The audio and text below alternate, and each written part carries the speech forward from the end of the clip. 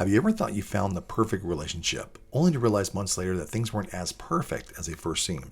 Maybe the first 6 months felt effortless. The conversations flowed, the chemistry was strong, and it seemed like you and your partner agreed on almost everything. Then, somewhere around the 1 year mark, things started to change. Small disagreements appeared. Habits you didn't notice before suddenly became frustrating, and you started to wonder, what happened to the person I first met? The truth is, nothing happened. You're just finally meeting the real version of each other. In the early stages of a relationship, especially the first 6 months to a year, people are often interacting with very curated versions of each other. Not necessarily fake versions, but polished ones. When we first start dating someone, we naturally put our best foot forward. We're more patient, more attentive, more willing to compromise. We avoid conflict. We overlook small annoyances. We focus on things that make the connection more exciting. And biologically, your brain is also working against you. During the early stages of attraction, your brain releases chemicals like dopamine and oxytocin. These chemicals create feelings of excitement, attachment, and emotional intensity. That honeymoon phase feeling can make everything about the other person seem amplified in a very positive way. In other words, you're not seeing them with complete clarity yet. But here's the part many people misunderstand. Because the beginning of a relationship feels so good, people often use those early months as proof that the relationship will last long term. They think, we never argue, or everything feels easy, or we're perfect together. But the reality is, the first stage of a relationship is easy because the deeper parts of each person haven't fully surfaced yet. You haven't seen how they handle stress. You haven't seen how they deal with real conflict. You haven't seen how they respond when life becomes difficult, inconvenient, or uncomfortable. And the reality is, they haven't seen those parts of you either. Real compatibility isn't tested during the honeymoon phase. It's tested when comfort replaces novelty. It's when routines develop, when disagreements happen, when expectations become clearer. That's when you start seeing communication styles, emotional maturity, and the way each person handles responsibility and compromise. This doesn't mean the first year of a relationship is meaningless. It's actually very important. But its purpose isn't to prove perfection. Its purpose is discovery. It's the time when two people gradually move from attraction to understanding.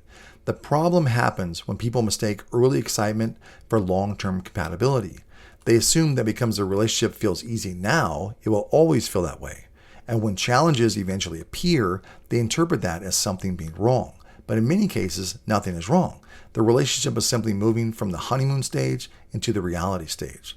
This is where the real relationship begins. So what can you actually do with this understanding? First, slow down your expectations in the early stages of dating. It's okay to enjoy the excitement, but avoid making major assumptions about long-term compatibility too quickly. Just because someone feels amazing after 3 months doesn't mean you fully understand who they are just yet. Give time the opportunity to reveal character. Second, pay attention to how someone behaves in different situations. Notice how they respond when plans fall through, when they're stressed, or when they disagree with you. These moments reveal much more about a person's emotional maturity than romantic gestures ever will. Third, don't rush emotional attachment before understanding someone's values. Ask meaningful questions. Talk about goals, priorities, and how each of you approaches challenges in life. Attraction is important, but shared values are what sustain relationships long after the initial excitement fades. Another important step is allowing healthy conflict. Many couples in the early months avoid disagreements because they don't want to ruin the perfect feeling. But avoiding conflict doesn't create compatibility.